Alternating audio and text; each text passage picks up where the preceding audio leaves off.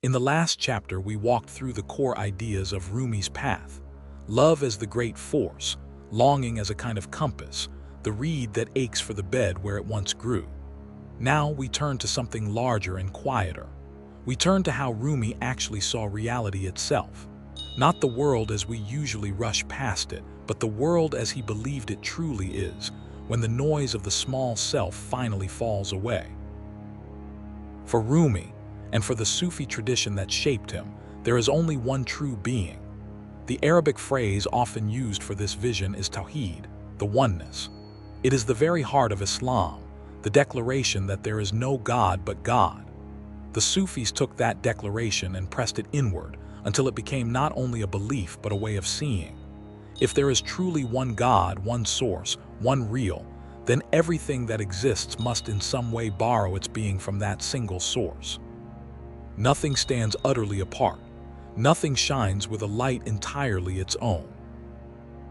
Think of how the moon glows in the night sky. It looks bright, even radiant, yet it makes no light of its own. Every beam it sends us is sunlight reflected. Rumi saw all created things this way.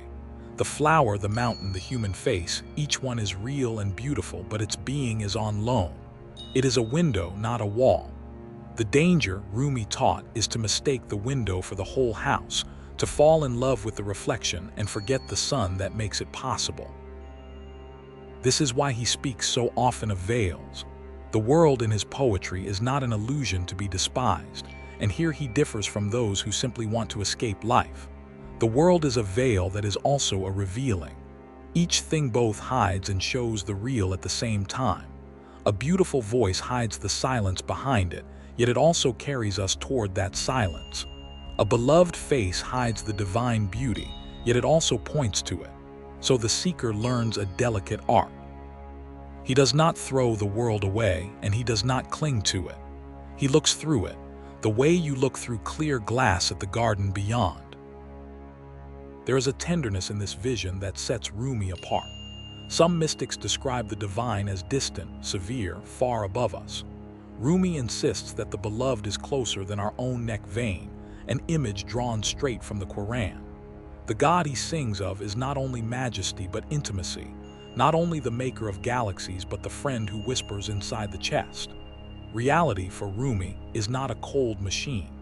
It is alive, it is listening, it is in love with us even as we search for it. The seeking itself, he says, is already the answering.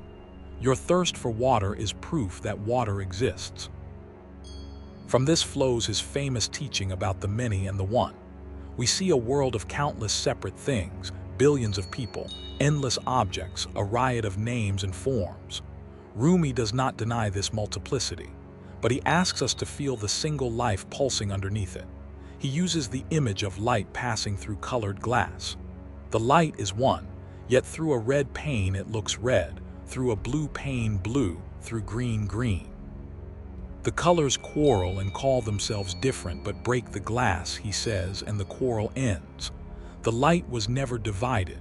Our separateness in this vision is the colored glass.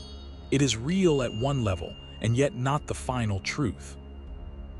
He also loved the image of the ocean and the wave.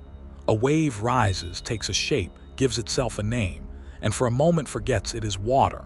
It looks at the wave beside it and feels alone, afraid, in competition. Then it falls back, and there is only ocean as there always was.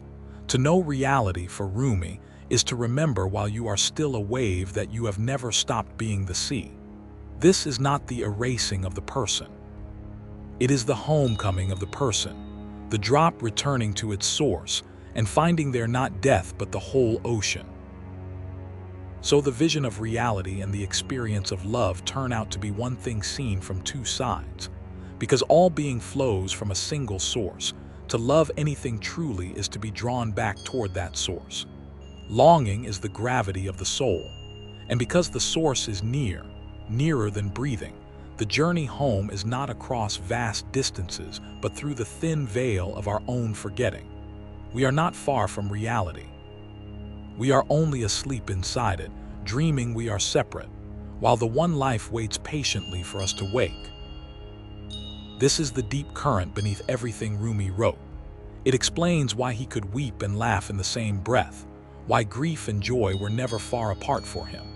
He had seen, at least in flashes, that the wave and the ocean are not two. In the next chapter, we will look closely at the part of us that holds the dream together, the restless, clever, frightened mind, and at why Rumi calls the separate self both our prison and, strangely, the very door through which we walk free.